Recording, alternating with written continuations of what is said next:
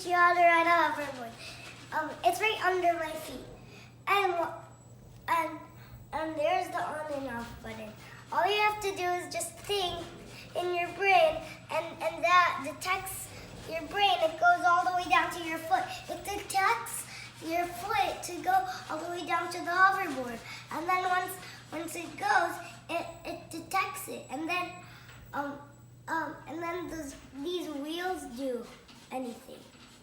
Like one wheel just stops, the other one just goes.